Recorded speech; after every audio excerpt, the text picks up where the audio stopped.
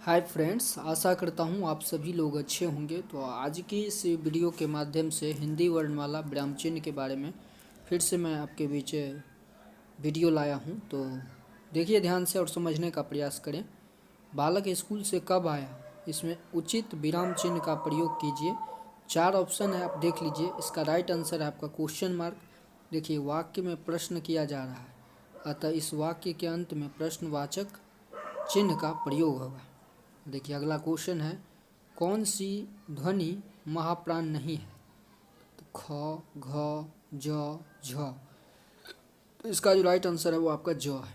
देखिए जो आपका महाप्राण नहीं है, और वे व्यंजन जिनके उच्चारण में श्वास अधिक मात्रा में निकलती है उन्हें महाप्राण व्यंजन कहते हैं।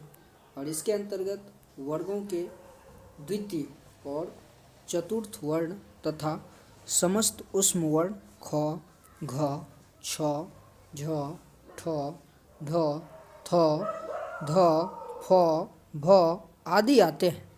और इसी प्रकार वे व्यंजन जिनके उच्चारण में श्वास की मात्रा निकलती है उन्हें अल्पप्राण व्यंजन कहते हैं। और इसके अंतर्गत वर्गों के प्रथम, तृतीय तथा पंचम वर्ण क, ग, अंग, च, ज, य, ट, ड, न, त, द, न, फ, प, म आदि आते हैं।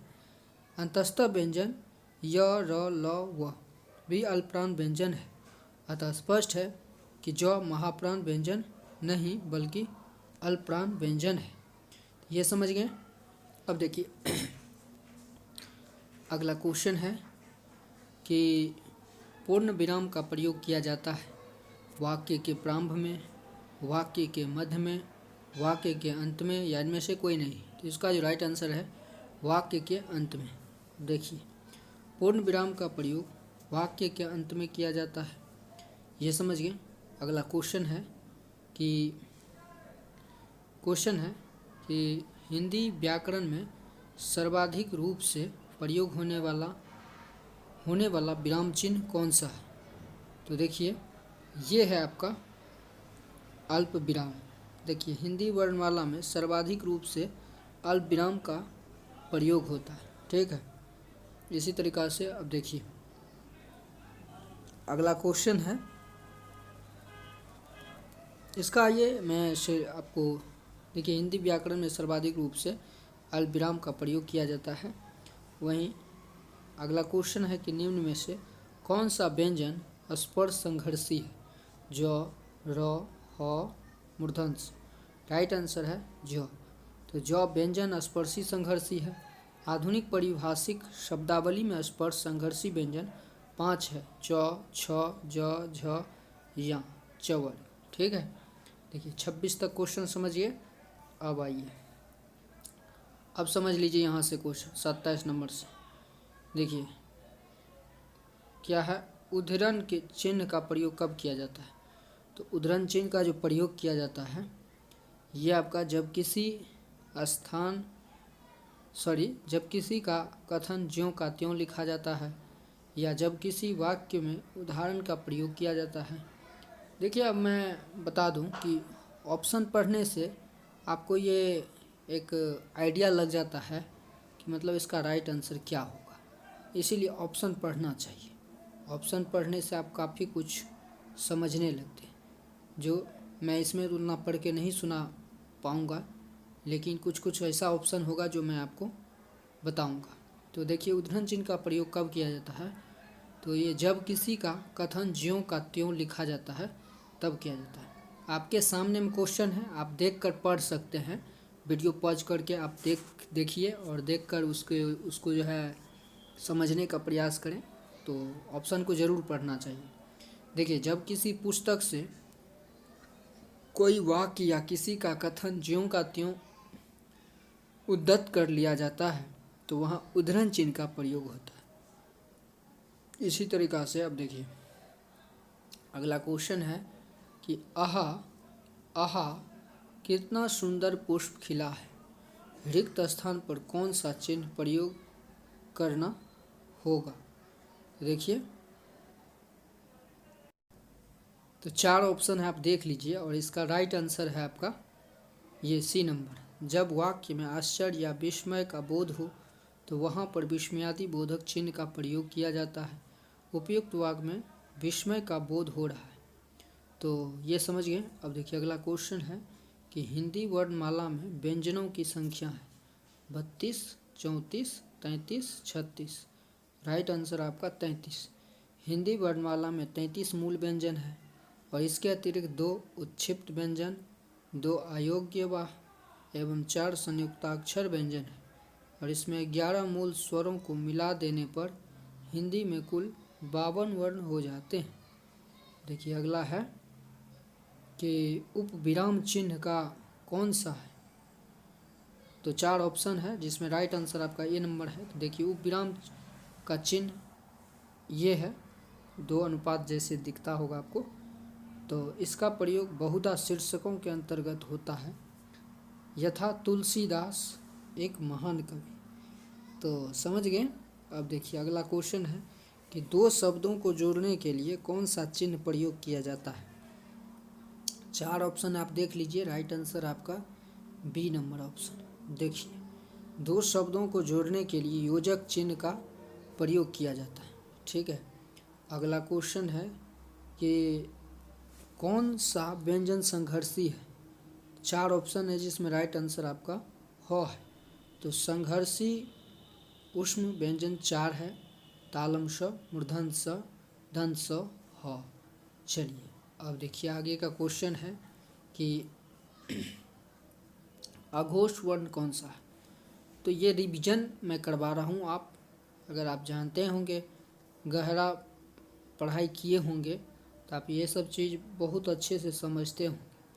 तो आपके लिए ये रिवीजन है, ऑब्जेक्टिव के साथ में ये क्वेश्चन है जो एग्ज़ाम में आपको पूछी जाती है। देखिए अघोष वर्ण कौन सा है, तो अघोष वर्ण आपका श।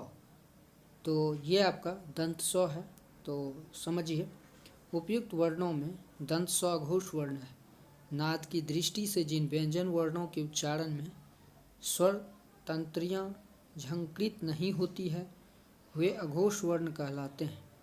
प्रत्येक वर्ण का पहला व दूसरा वर्ण अघोष होता है। उदाहरण क, ख, च, छ, ट, ठ, त, थ, प, फ, तालम स, मूर्धन्य स, स्व। तो ये सब अघोष वर्ण है। चलिए अगला आप समझिए, निर्देशक चिन्ह या रेखिका का प्रयोग किया जाता है संकेत के लिए, विवरण के लिए, लोप निर्देश के लिए या समानता सूचक के लिए। तो इसका जो राइट आंसर है वो आपका संकेत के लिए। देखिए निर्देशक चिन्ह या रेखिका का प्रयोग संकेत के लिए किया जाता है। यथा शब्द के 2 भेद हैं, सार्थक और निरर्थक। अगला क्वेश्चन है संक्षिप्त रूप दिखाने के लिए किस चिन्ह का प्रयोग किया जाता है। अर्थात छोटा रूप आपको दिखाना होगा तो किस चिन्ह का प्रयोग करेंगे। तो इसमें 4 ऑप्शन है, देख लीजिए। राइट आंसर आपका बी नंबर है। जब शब्दों का संक्षिप्त रूप लिखना होता है ना, तो शब्द का पहला अक्षर लिखने के बाद संक्षेपण चिन्ह का प्रयोग किया जाता है, जो बिंदु है। अगला क्वेश्चन है कि हिंदी वर्णमाला में ऊष्म व्यंजन कौन से हैं। देखिए हिंदी वर्णमाला में ऊष्म व्यंजन आपका 4 नंबर ऑप्शन है। 4 ऑप्शन है, देख लीजिए। राइट आंसर है तालम स, मूर्धन्य स, दंत स, ह। ये हिंदी वर्णमाला में ऊष्म व्यंजन है। देखिए ये समझ गए। अगला क्वेश्चन है कि हिंदी वर्णमाला में छ से ड के ठीक बीच में कौन सा अक्षर है। तो राइट आंसर आपका यहाँ है। हिंदी वर्णमाला में छ से ड के ठीक बीच में यों अक्षर का प्रयोग किया जाता है। देखिए अगला क्वेश्चन है कि हिंदी वर्णमाला में अंतस्थ व्यंजन कौन से हैं। 4 ऑप्शन है जिसमें राइट आंसर आपका बी नंबर है, य, र, ल, व। ठीक है। देखिए हिंदी वर्णमाला में य, र, ल, व अंतस्थ व्यंजन है। तालम स, मूर्धन्य स, दंत स, ह ऊष्म व्यंजन है। अक्ष, त्र, ज्ञ, श्र संयुक्त व्यंजन है। तो ये रहा आपका मोस्ट इम्पोर्टेंट 38 नंबर क्वेश्चन। अब देखिए 39 नंबर में क्या है कि दिवा दिवस में रिक्त स्थान पर उचित चिन्ह का प्रयोग कीजिए। 4 ऑप्शन है, देख लीजिए पहले 2 ऑप्शन, फिर आइए आप आपको यहाँ देखिए 2 ऑप्शन यहाँ है, 2 ऑप्शन उधर देख लिए, 2 ऑप्शन इधर देखिए। अब देखिए, जब पहले शब्द का अर्थ वही होता है जो दूसरे शब्द का अर्थ होता है तो वहाँ समानता सूचक चिन्ह का प्रयोग किया जाता है। तो रिक्त स्थान पर इक्वल चिन्ह का प्रयोग होता है। अब देखिए अगला क्वेश्चन है कि लोप निर्देश का प्रयोग कहाँ किया जाता है। 4 ऑप्शन आप देख लीजिए। राइट आंसर, जब पूर्व बात की पुनरुक्ति करनी हो तब वहाँ पे लोप निर्देश का प्रयोग किया जाता है। देखिए, जब पूर्व बात की पुनरुक्ति करनी हो तो उस बात को आरंभ के 2-3 शब्द लिखकर बीच में लोप चिन्ह का प्रयोग होता है। दोस्तों, आपको जो मैं पढ़ा रहा हूँ ना, आप ध्यान से अगर पढ़ लिए ना तो किसी भी कॉम्पिटिटिव एग्जाम में बैठने के बाद आप ये नहीं कहेंगे कि मैं पढ़ के नहीं आया हूँ।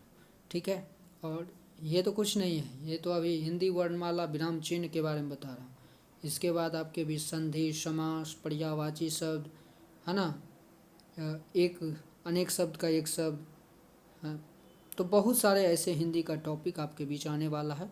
तो आप ध्यान से पढ़िए, समझ कर पढ़िए, ताकि आप समझ कर, देख कर, समझ कर आप सीखिए। तो वीडियो को देखिए तो समझने का पूरा प्रयास करें कि मैं क्या बोल रहा हूँ और क्या इसमें लिखा गया है। चलिए, एक लास्ट है, व्यंजनों में से कौन सा संयुक्त व्यंजन नहीं है।